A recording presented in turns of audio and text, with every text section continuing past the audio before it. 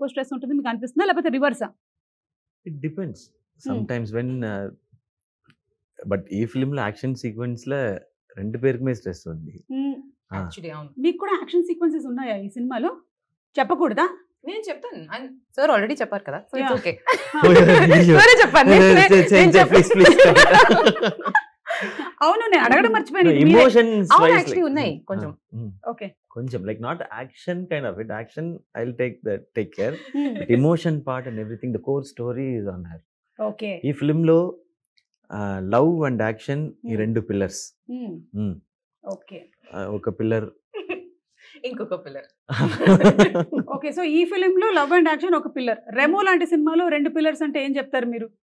మన 2 క్యారెక్టర్స్ ఉంది కదా, girl character bye character, Boy character. 2 2 pillars. Pillars. Doctor సినిమాలో డాక్టర్ సినిమాలో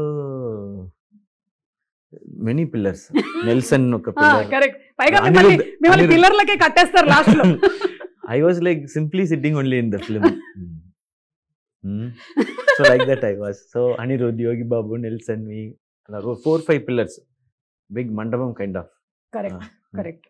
ఓకే. సో ఇప్పుడు జనరలీ అయితే సినిమాల్లో హీరోయిన్ కి డాన్సెస్, ఎమోషనల్ సీన్స్, కానీ హీరోకి మాత్రం ఫైట్లు, డాన్సులు, పైగా అనిరుద్ధ్ గారు లాంటి మ్యూజిక్ డైరెక్టర్ ఉంటే అటు ఫైట్ కి మనం విపరీతమైన పంచులు ఇవ్వాలి, ఎందుకంటే ఆయన గట్టిగా కొడతాడు కాబట్టి.